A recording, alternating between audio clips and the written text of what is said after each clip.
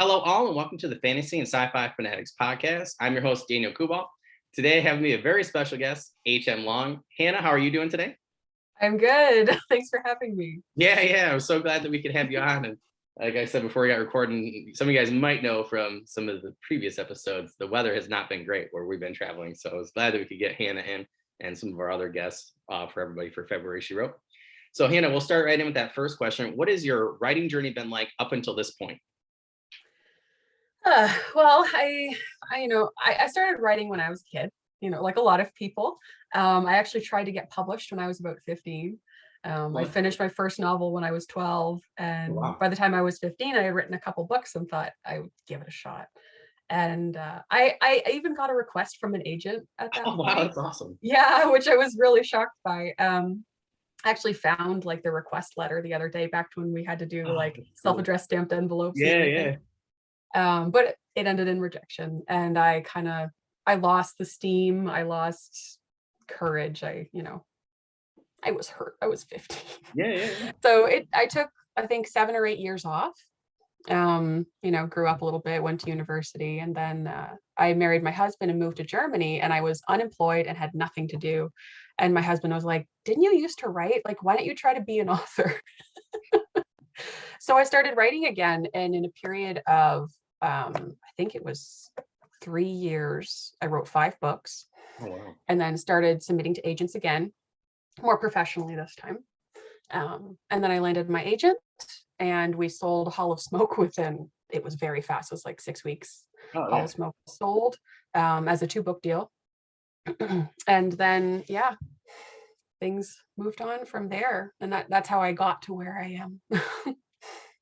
I was gonna say, if somebody like the first time I saw you on Twitter, and then I was like, oh, that looks like a cool book, and I like read the description, I was just like, yes, please, and I added it to my TBR. I actually just got book 1 the other day. I actually haven't posted it on social media, but I was like going somewhere. My wife's like, hey, isn't this the lady that you're gonna have on this week? I was like, yeah, it is. So we like grabbed it. I was like really excited.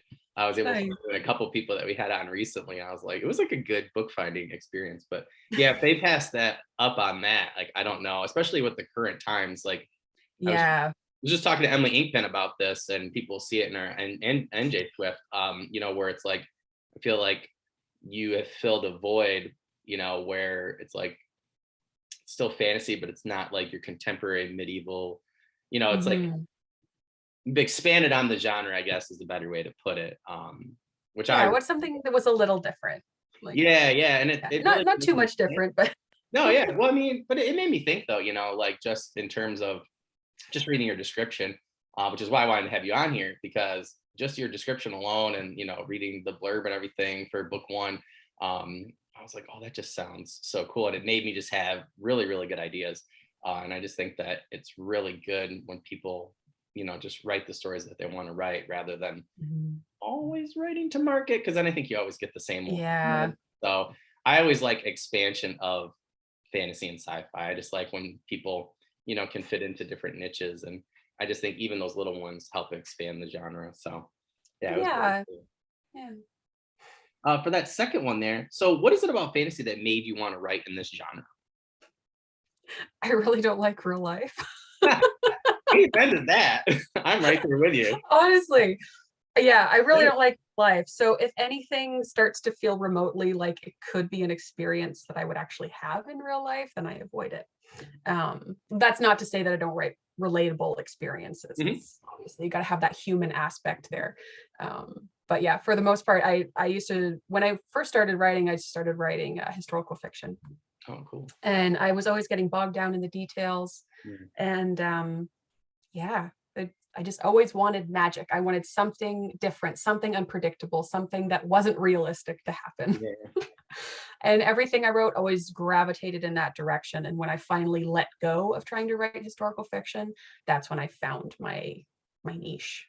And I was able to start moving forward. Yeah. Well, that's really cool.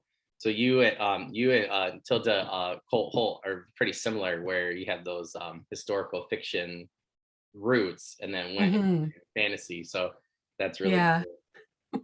Just goes off the rails at some point. Yeah. Well, that's like I'm like, I don't know. My friend and I go back and forth about that because I totally understand like getting bogged down in the details because I'm Mhm. doing this like mythological fantasy, I guess is what you call it, where the Lost Roman Legion meets zombies, and that's why it's Uh-huh. weird. And I'm like the same way. I'm like, oh, it's just like it's hard to slog through them sometimes. So my friend, like, I'm Yeah. like, oh, I'm just gonna write the book and then have like a Roman military historian or whoever from the time period. Like, I want to hire someone to edit it later and then add those Mhm. other things because I feel I understand and I feel like Crystal Matar and I talked about that too with like getting bogged down with the historical details. So I feel like that's why Mhm. she did the same thing. So, but that's really cool. I'm a history teacher, so I Nice. love to do that. And I love historical fiction, so I always love Mhm. seeing people with those roots. But that's really cool. Mhm. I could definitely. I kind of wondered about that actually, if that's where you had started because it just seemed like, you know, from what I've read of, book one so far and stuff and reviews and things, it just seemed like I was like, she had to have had some sort of historical fiction background. Yeah, I've always loved history. Like I was that kid that would spend hours in the museum, just leave me there. Like Yeah, I loved it. So yeah, I understand that. still do. Still do. Yeah, yeah. It's a Mhm. Philadelphia Art Museum, and I was like, why? Like, you go there, and it says like you could do like a weekend pass, and it's only like $20 more. And I'm like, why would anybody be here for a weekend? And then we were like going. There were so many cool things, and I'm like, okay, I get it. So my wife and I were like, next Mhm. time we go back, we're gonna have to get a weekend pass because Yeah. there was too much to see and indulge in. I totally understand that. Mhm. All right, so one of my favorite questions now for number three. So, what are your books, Hall of Smoke and Temple of No God, about? Okay, so Hall of Smoke, which is book one in the series. I should say first of all, the series is not quite a traditional series. It's a more of a set of standalone novels that take place in the same world. Each story is contained within itself, and technically, you can start anywhere within the series, Oh, and there okay. will be eventually be 4 books. But Hall of Smoke is about a disgraced warrior priestess who's basically she's disobeyed her goddess and she's trying to regain her goddess's favor, and along with her goddess's favor to regain her place in the high halls of the dead. So there's a lot of meddling gods. It's a Viking inspired world, lots of magic, lots of axes, very cinematic action, and lots of atmosphere. And this one is more of a journey and a survival story. And then we get to Temple of No God.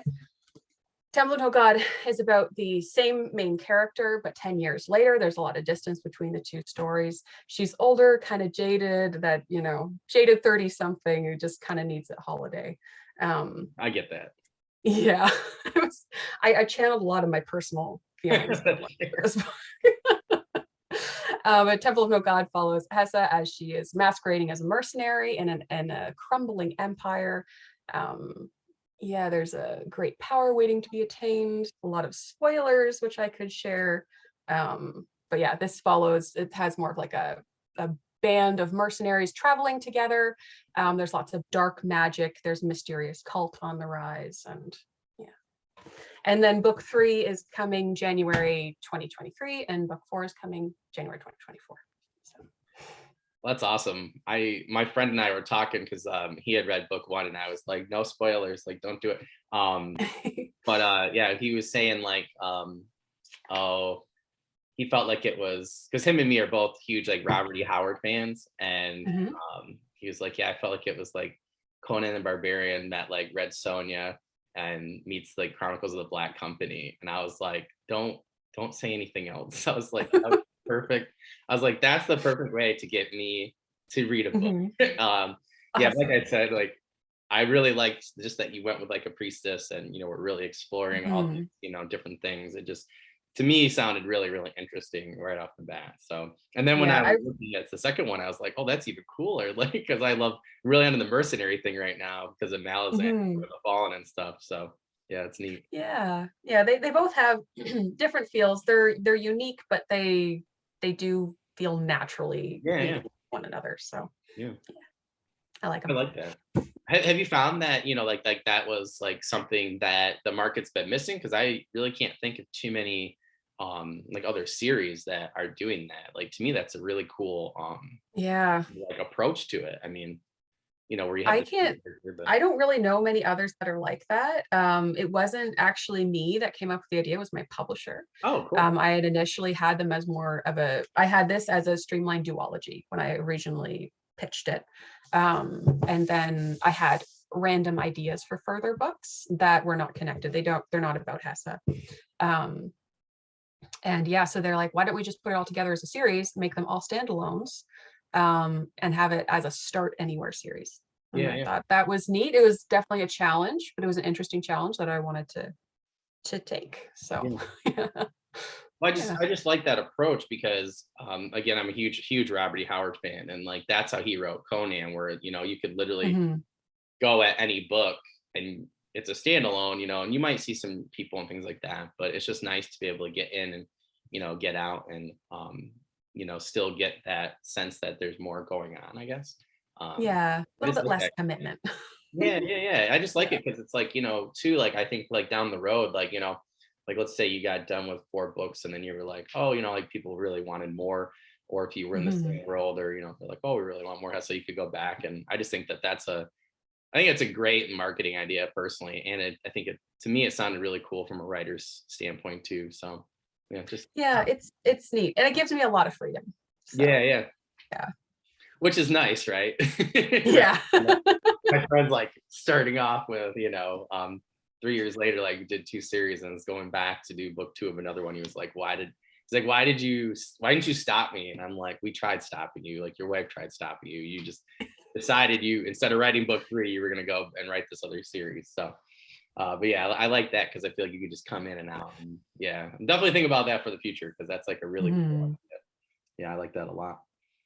So number 4, how did you go about your world building and magic system? To me, this is like a really good question because I am so interested in how you did it from like the priestesses perspective. Well, I I'm very much a pantser, so I really have no methodology with the way I do these things. You and the rest, Um, that's okay. basically, for Hall of Smoke, I had an image of an opening scene, and I didn't know anything that was going to happen. I didn't know the character. I didn't know anything. I sat down and started writing it, and not really spoilers, but the opening scene is Hessa kneeling in a meadow of poppies, asking for forgiveness for her goddess, just trying to get back in, and it ends with like war horns blasting up the side of the mountain, and I didn't know what that meant. I just kept writing, and you know that is kind of my preferred way to write, and I love discovering the story as it goes, and then yeah, discovering the world through the character. Um, yeah, because then I find when I world build too much ahead of time, I'm always so disappointed that I don't get to use material. Yeah, yeah, There's a lot of wasted material, and I think it makes it a lot easier to info dump and to end up with kind of boring lulls in the book, because you as the author are so excited about all the yeah. different things that you have created, but it's just not relevant to the story. So my world building is more situational, and I just create it as it goes. And then usually I won't be developing the character really until the second or third draft, Mm. when I start to have the events, and the world is then set, and then I can kind of chart the characters' responses and how they're responding to this world and how they feel about it and what they think about it. And then I might need to rewrite some plot aspects because of that, because the character has changed. But that for me is the method that works the best. I wrote Hell of Smoke in 6 weeks because of this. Wow, I that's just crazy. Yeah, I just wrote it. I wrote like 12 hours a day. I was just overtaken with this story and this world. So I just got it out and then patched everything back in later, and that's how it came to be. Oh, Yeah. that's And now, like now that I'm on contract with a publisher, I have to have outlines, I have to have things kind of laid out ahead of time. It's not really my favorite way of working, but I have learned how to do it now. And it, yeah, I always have a side project that I can just pants to my heart content. oh yeah, But yeah. then my official contract books are more organized, and I have to be more professional about it, Yeah. but yeah. That's awesome. It's so funny that like I ask people things, in back-to-back interviews, and then it's just funny how certain people respond the same way. Like you and Emily Mhm. and both said the same thing, where like the character is your son, and then everything else, that happens. The world building is the planets that revolve around them.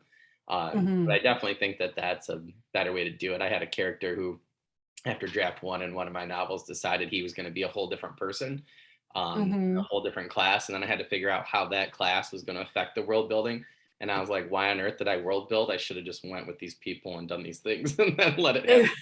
But I definitely think that Yeah. gave us some great advice there. So a lot of Well, I time mean, to dig. nothing's wasted. Yeah, yeah, no, it's true. It's true. Nothing's wasted, Yeah, Yeah. yeah, I've done world building for one book. It ended up not being relevant to the book that I wrote, and then used it in another book. So, that's cool. yeah. And that's another thing that keeps coming up too, like a common theme. Like I was talking to Kelly McCall about this. A friend of mine wrote like a book, and Kelly had talked about like he did the Fallen Blade series, which I just love. Great grim dark fantasy, and he had said that he like it was actually his first book. He couldn't figure out how to fix it.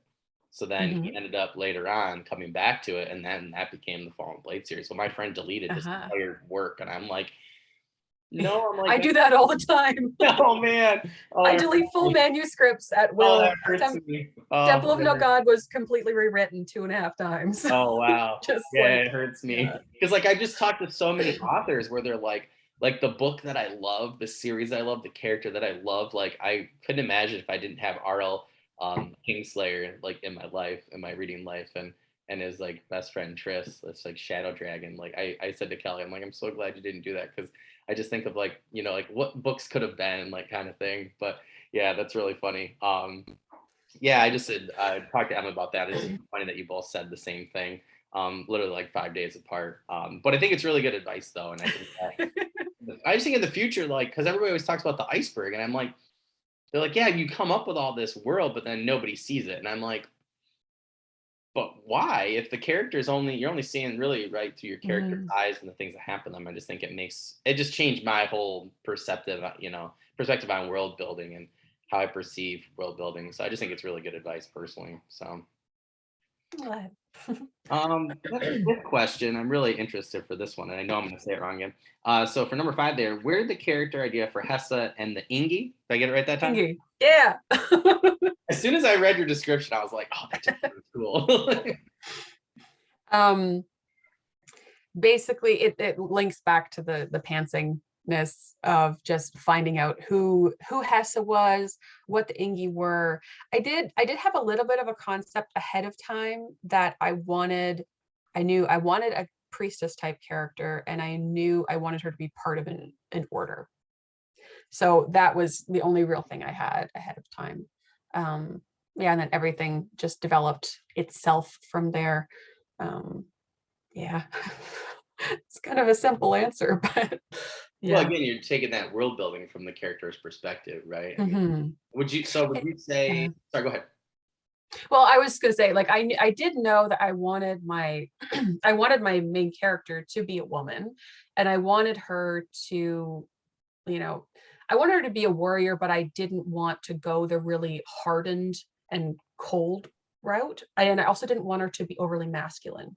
So I kind of tried to find a middle ground there between her being still very kind of raw, um having still having access to her emotions and grieving and being a relatable person in that respect, but still being this badass warrior and finding that middle ground. Yeah, I could definitely see from experience like where that would be difficult. Um, yeah, like I have a new priest, like because from yours I was like I had this Robert E. Howard kind of idea for a short story, and now she's Mhm. turned in. Now she's like, I want a whole book, and I'm like, of course you want a whole book. Like, why wouldn't you? And she's like, how about a trilogy? And I'm like, fine, whatever. Like, I'm just here to write. I'm not making decisions. But yeah, well, I just find that interesting because I was like trying to do more world building, and I was like, this just isn't working. So I do think that that's really good advice because I think that when I go back to her, I'm going to go more for her character development and see what's happened to Mhm. her.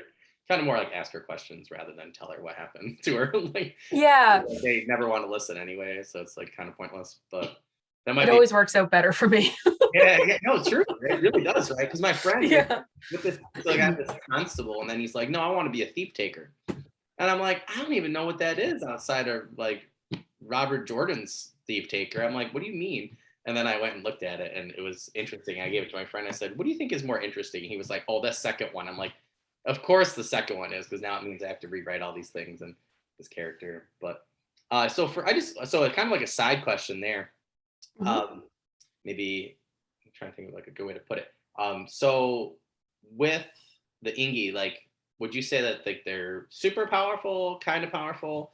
Did you kind of go with like a level 1 character for D&D and then kind of move on in the series? Like, how did you go about deciding like what kind of powers or magic, like Hessa had access to? I guess. Um, sorry, I have a bit of a cough. Oh, I'm right there with you. I have a lot. If I sound weird, that's why. Okay. I didn't want her to be overly powerful. I kind of like I wanted Hessa to be like really the last choice. Mm, You know, she's too young, she's naive, she knows very little about the world. She really wasn't ready to be out in the world yet and to be having the responsibilities that she has. Um, yeah. I again it was just back to decisions that came as the story was written, all of it just shaping up in in specific situations, seeing what Hessa needed to do, and then not necessarily just giving her the magic to get out of it, but finding what level of power would be most create the most interesting set of circumstances leading forward. Like I didn't want her to be OP.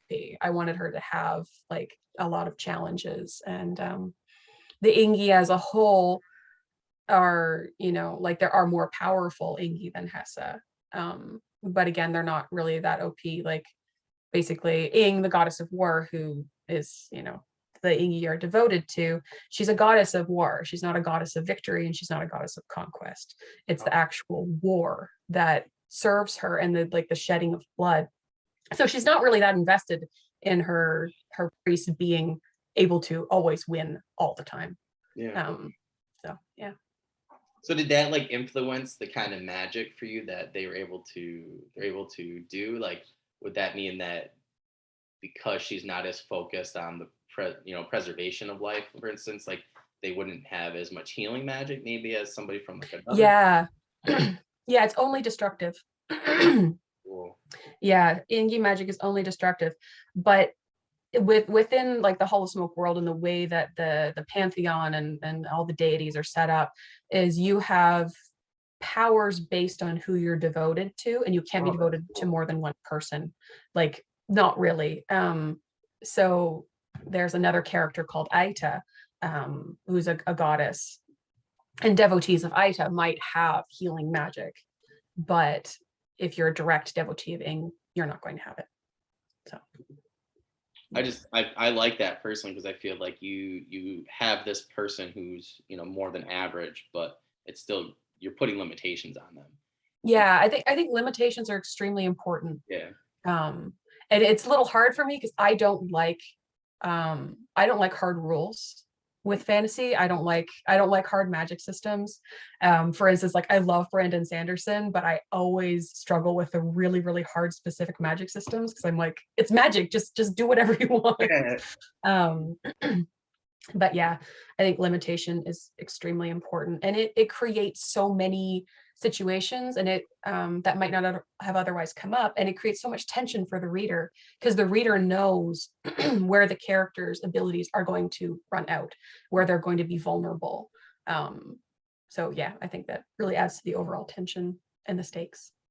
No, totally. I always think like back to like Gandalf. I think is one where it's like I still to this day I've read The Hobbit and Lord of the Rings. I'm like I have no idea what he can do, but part of it I think too, Yeah. talking about your priestess, when dealing with gods and goddesses, it's like as a reader, part of it's like kind of like not knowing what they're really capable of because I feel like it just adds Mm. mystery and it also allows you as the writer not to save them from anything, but to do some creative things and Yeah. going to Leaves you some open doors. yeah, like because I feel like Yeah. otherwise you're going to be reading something else and not fantasy. And I don't know. I do agree with you. Like I try to do a hard magic system, and I said to my friend recently, I was like, I think I'm just not a hard magic system person. I said I've never cared Mhm. until I read Brandon Sanderson, listened to his lectures. And I just think that, yeah, like Forgotten Realms is one of those where it's like, like the people have to sleep, you have to have a certain experience or study for a certain amount of years, or whatever, or like you're out of whatever. But it's like I never I've read hundreds of them and I've never cared, on like Mm. how the system worked, you know what I mean? Like, and I Yeah. feel like my friends like, well, that's a hard magic. I'm like, no, it's really not a hard magic system because you could have somebody more powerful do this or that, or they always Mhm. end up having like a power or something. And I'm like, to me, it's never bothered me. I've never met. I'm friends with like a lot of people who have read them, and nobody ever seems to care. They just want the characters, and they're just there for a good time. Yeah. They want the characters and the world and the Yeah, yeah, feel and yeah. yeah. But I like that though that you put those limitations on on your priests and priestesses or your clerics, because I do think that's really cool because you could even do like an expendables thing, right, where you need a group of them who need each other to get through like these obstacles or this situation. Mhm. And I just think that that adds a whole nother relevance, and I think it's a good theme too, that you need other people, right? Not everybody has the Yeah. but I also like your theme too, with like with Hessa, with not being like the first chosen. I Mhm. think because everybody always does the chosen one. I just think it gets boring. So I like yours. Yeah. There could have been somebody else, but they were all at lunch, or it's like Yeah. The only reason she's the main character and does what she does is because she did something wrong. yeah, yeah. Uh, you know. I like that though. That's a whole different approach to a story. And I'm reading like the one of the hero's journeys books and stuff, and I don't know. To me, that just sounds a lot more Mhm. interesting. It's not your atypical. It's like give me something a little new. So we're in fantasy, Yeah. so. So you plan on writing 4 books then for this world, or just for Hessa, or do you plan on expanding Um some other series in it, or? well, I've contracted for 4. So I have 2 more on contract with Titan Books. The third one is handed in. I'm waiting for an edit round. And it will be very wintry, which is wonderful. I love the setting of it. Oh, It's that's cool. really just you can sink your teeth into it. Yeah. Um, yeah, and there'll be a book 4. There is there's possibilities of other books in the Whole Smoke world. Okay. I don't know that I want to pursue that yet. I Yeah, have yeah. to work that out, and I got to chat with my editor and my publisher and see what they want. Um, I do have other things on the horizon that I cannot talk about Yeah, yeah. because of contracts and things like that. But I have like I love the whole Viking inspired world, but I also really, really love like nautical fantasy. I love like really odd period fantasy. Like I also write Edwardian period fantasy, Oh, sort that's of like cool. it's like, semi Gilded Age sort of thing going Yeah, yeah. on. I really enjoy it. And so I have multiple other series on the back burner because I did write a lot before I got Hollow Smoke picked up. So I have a backlist. And so anyway, long story short, I may write more Hollow Smoke books, but you can only publish so many books at a time, Right. as if you're with a publisher. Yeah. So I have to kind of pick and choose my projects. So we will see if there's more than 4 in the end. Well, But both those subject areas sound really cool. I'd love to see you do a nautical one and like a, some sort of Gilded Age. I love the Gilded Age personally. So yes, I'm waiting for emails at the yeah, yeah, moment. yeah. Well, that's exciting too, because every time I get on Twitter now, I can check yours, and I'll be there with popcorn and a couple. It's so funny because it seems like every time I have somebody on recently with a publisher, it seems like Mhm. they're in the same boat. And Yeah. one of my friends was like, "Why didn't you ask me this in like a month?" I'm like, "I don't know." I was like, "It's just how my schedule worked out." But Yeah. it's exciting because then if you Yeah. guys want to come back and like spread the news everywhere, like we got a good place to do it. But yeah, that's super exciting. I just love when people come up with really good ideas, and particularly in fantasy. I'm a sci-fi guy too, but fantasy's got my heart. Yeah. So I love sci-fi as well. I would love to write some kind of space opera someday. yeah, It would yeah. be great. But I feel like that would take up a lot more of my time than the fantasy books do. I started writing one, I got like 10,000 words in, and I was like, this is too big. I don't have time to do this right now and give it the love it deserves. So I went back to writing my, 100,000 word fantasies. No, I totally understand that. I had a couple, and I'm like, yeah, I'm like, this is gonna take too much time, and I just feel like Mhm. the world building alone. I get lost in research for space because I just find it so interesting, and like Yeah. my wife's like, you've been down here. One day I was like, oh yeah, I'll be up for dinner soon.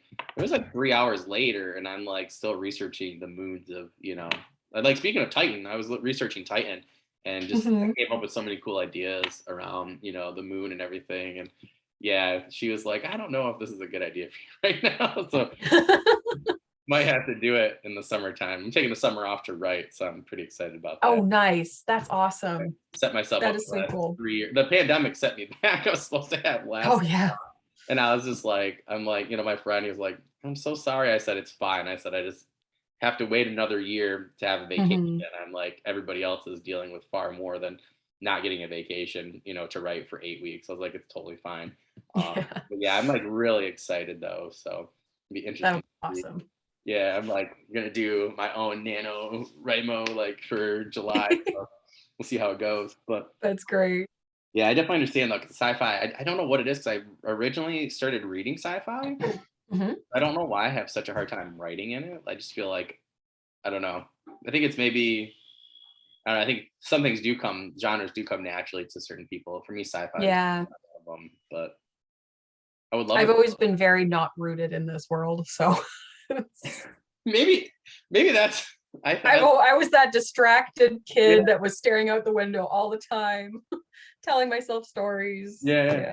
I think that's a really good way to put it because I've always been really into mythology and and different things. And my mom just said that because we just were up with them in Michigan for vacation, and she was like, "You've always like been a head in the clouds person." Like, so I think that's a good way to put it. Yeah, and I feel like sci-fi. I feel like you have more of obviously it's sci-fi, so I just think it's a total. Mhm. I think it's a totally different taste, and personally, I think writing. I think it's a different skill, but yeah, some Yeah. people are good at it. Or some people are good switching back and forth, like Christian or was it Miles Cameron? Like Christian's really good at that. I feel like no matter what he writes, historical fiction, whatever, like I'll read it. But I hope one of those these days to have those gears where I could switch from fantasy to sci-fi in a heartbeat. And Yeah, it's something I wanna learn. yeah, yeah. I And have a lot of ideas that are way more sci-fi than fantasy, but yeah, I need some time to work on it. yeah, it could be like I Mhm. had J. Diane Dotson on, and she does like a mix of fantasy and sci-fi, and I was like, well, maybe Mhm. maybe that's a better way to get your foot in the door. Yeah. I'm like, that's a good point. So yeah, Mhm. yeah. Yeah, for sure. Uh, oh, so for number 7, oh, this is always one of my favorites. So who are some writers or authors that have inspired you to write? Hmm. Well, first of all, like my favorite book throughout all of my teens was Sabriel by Garth Nix. Oh, I was obsessed with it. I listened to the audiobook so many times. It's narrated by Tim Curry, and I just loved it. And I think that like I can't really even quantify how much influence that had on all my work. Like all my main characters, I feel like, are kind of in the vein of uh Garth Nix's main female characters. Um, the like the magic system and the world and everything. I just always found it so inspiring. And like to this day, when I see fog rolling in across the field, I'm like, there's dead hands coming, yeah. And so that was huge influence on me. And then like more recently, I've really loved like Catherine Arden's Winter Night trilogy. Mm. I really love Pierce Brown, Adrienne Young on the YA side. I always love all of her books. Like they always have like I feel like the right amount of atmosphere and emotion going on. And then of course Sanderson. Yeah, I could keep going, but there's like, I love it. there we I was go. gonna say you have a great shelf back there. I got to get new shelves myself, and I was like trying to ask questions. I was like peeking back there, like Yeah, there's a lot of good ones. Shadow of the Gods was my favorite book of last year. I absolutely adored it. Rage of Dragons was fantastic. Kings of the Wild was my favorite book of the year before.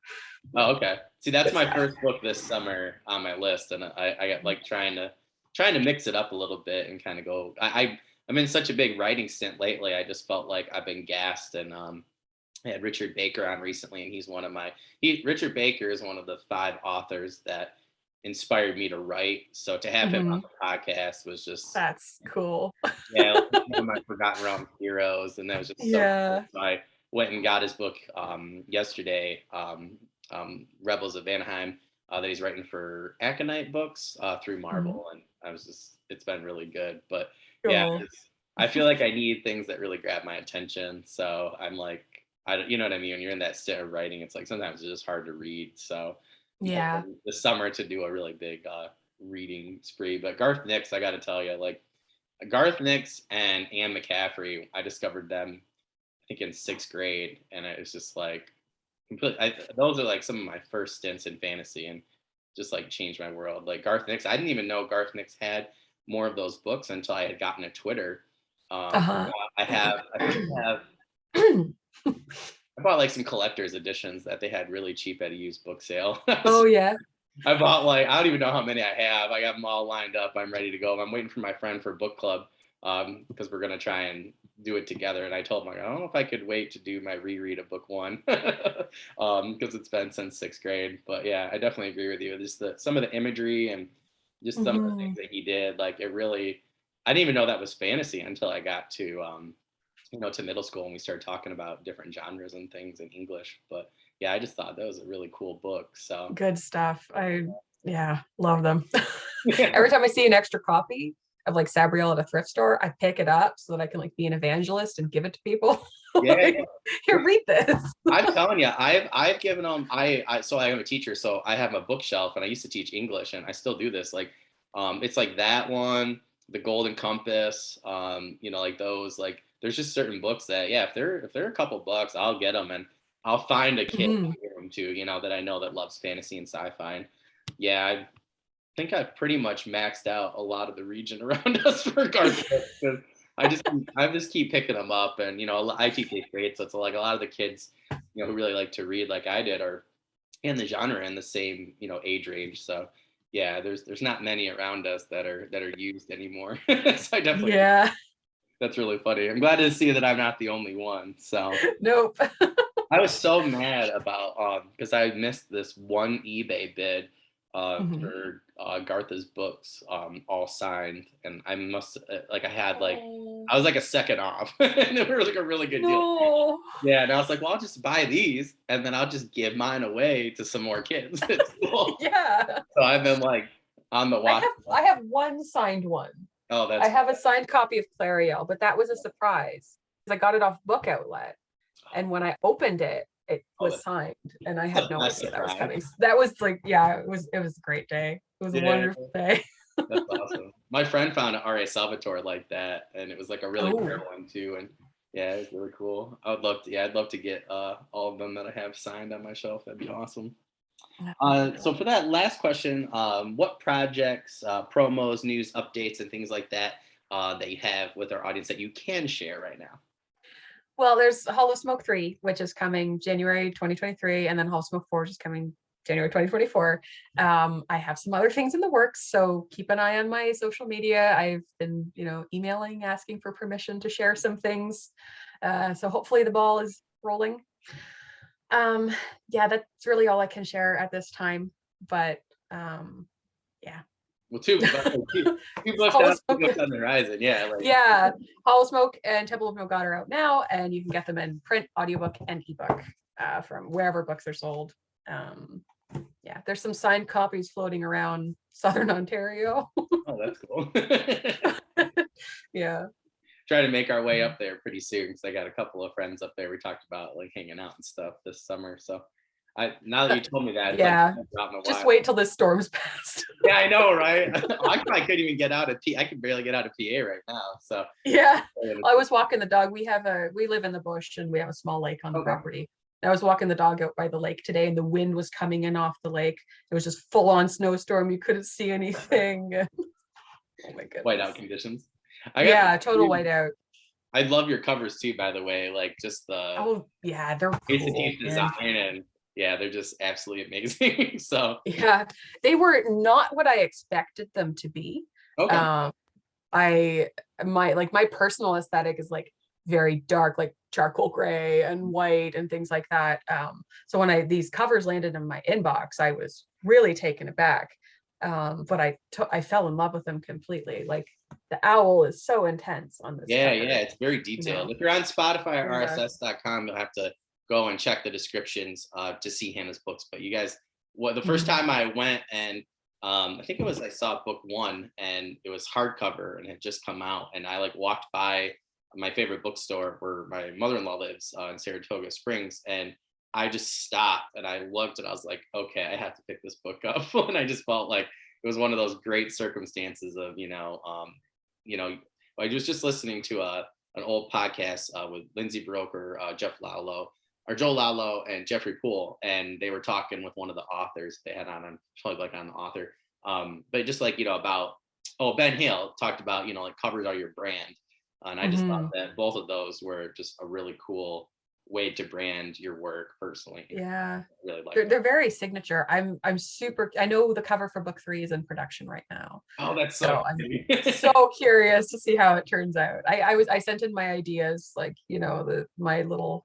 my say, and then but I don't know what they'll turn out. Yeah, So yeah, yeah, that's really I exciting. assume it'll be the same style. Yeah, yeah. So yeah. Yeah, I like how they went with the blue and then they went with the purple. That was like a really cool. Yeah. The purple caught me by surprise. Yeah. I didn't expect for the purple. I was gunning for red, Oh, but okay. yeah, Oh, we that'd went be with cool purple too. and yeah. Oh, yeah, it's neat. Yeah, so you guys online, if you're listening on again on our RSS feed or Spotify, you'll have to click on the links and check out Hannah's books. They both look and sound really awesome. So I got book one the other day, so I'm really excited about that. So I got a couple to finish. I know a lot of people are asking me about doing book reviews, so I kind of got to wait till the summer. So I'm actually stockpiling books that I've read and taking notes, and then so I'll be doing like pretty much a review per week throughout the summer. So book one's on my horizon, so I'm really excited to get there. So hopefully I'll Well, just I hope you enjoy do it. paperback. I just like have trouble with hardcover because I'm like I don't mind giving you guys my money, but it's just hard with my shelves. Like I just feel like I've gotten so many Mhm. paperbacks, and I love the way that they feel. Like I guess it's a sensory I thing, I'm but a paperback person. yeah, yeah. Yeah. Well, Yeah, hardcovers, they're so hard to travel with too. Like I travel a yeah, lot, and yeah. hardcovers just take up so much room. They just weigh Wait, too much. Dental. Yeah. Yeah, like paperback. Mhm. I dented a hardcover. I had a friend of mine's book I bought, and then felt so bad I was gonna have her sign it, and then I dented it. So I was like, oh, my friend won't care. So I actually went when her paperback came out, bought that for myself, and then gave my friends like the used copy. I was like, well, I found this used copy. We can book club together. He was like so excited. But I was just like, it wasn't my wife's like, it's not even that bad. And it just like it ruined it for me. I was like Mhm. couldn't read the book anymore. Yeah, we travel a lot, so paperback's worth that. But Yeah. well, Hannah, I really appreciate you coming on and rescheduling everything. Thank you so much. Well, thank you for Really a having me. pleasure. Yeah, yeah, anytime. Like I said, when it comes about book three, if you got any news you want to share, or book cover reveals or whatever, you just let me know. We'll have Okay. you on, and we'll Mhm. plaster it all over the internet as much as we can. Okay. And everybody, Sounds good. everybody who's on listening, thank you so much. Just please do not forget to go into the description. All right, Hannah's websites and socials will be there, so please make sure. It doesn't matter what platform we're on. Go right to the description, check them out, and make sure you're checking out her books and news updates, things like that. That way, you guys can get connected with her right away. Again, Hannah, thank you so much for coming on, and I hope you have a Thanks, good rest of Daniel. the day. I'll be emailing you later to make sure that we're good to go for tomorrow. So Okay, perfect. I look have a forward good to one, it. Hannah. Okay. Bye. Thanks. Yep.